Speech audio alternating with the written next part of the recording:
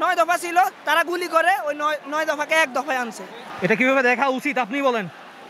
বাংলাদেশের মানুষগুলো কিভাবে দেখা উচিত? আপনাদের কাছে প্রশ্ন রাখলাম, এতগুলো প্রাণ গেল আমাদের ভাইদের, আমাদের ডাক্তারকে মেরে ফেললো ব্রাহ্মণবাড়িয়ার, এত মেধাবী একটা ছাত্র মারা গেল, কত মেধাবী ছাত্র মরছে, আপনাদের কিভাবে দেখা উচিত? আমরা যারা ডাক্তার হয়ে গেছে আমাদের কোটা দরকার নাই, আমরা তারপরও আপনাদের সন্তানের জন্য আসছি। আমার প্রশ্ন দেশবাসীর কাছে, আপনারা কোথায়? আপনারা কেন বাসায় বসে আছেন? আপনারা কেন আমাদের সাহায্য করছেন না? আপনারা কেন মাঠে নামছেন না? আপনাদের মাঠে নামতে হবে। আপনারা মাঠে না নামলে আমরা জিতবো না। আপনারা মাঠে নামেন প্লিজ, এটাই বলতে চাই। আপনারা না নামলে আমাদের এখন আপনাদের প্রয়োজন, আপনাদের জন্য লড়ছি আমরা। 1 দফা যে দাবিটা আমি যত শুনছি এটা এখনো অফিসিয়ালি আসে নাই, বাট আমাদের সবাই মনে মনে এটাই চাই। এতদিন পর যা হয়েছে, যা হচ্ছে, আপনি বলেন এগুলো হওয়ার পরে আপনার মনে কি আসে?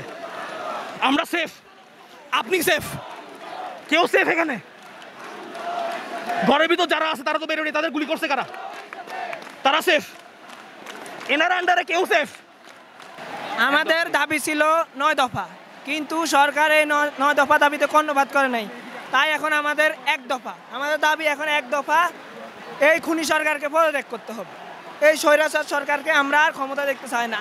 যেই সরকারের হাতে আমাদের ভাইদের রক্তে রাঙা, সেই সরকারকে আমরা আর ক্ষমতায় দেখতে চাই না। এই সরকার ব্যর্থ।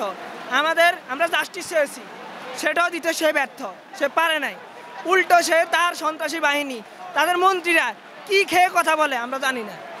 তারা কি সেন্স ঠিক রাখি কথা বলে না আনসেন্সে কথা বলে, আসলে আমাদের ধারণা নাই।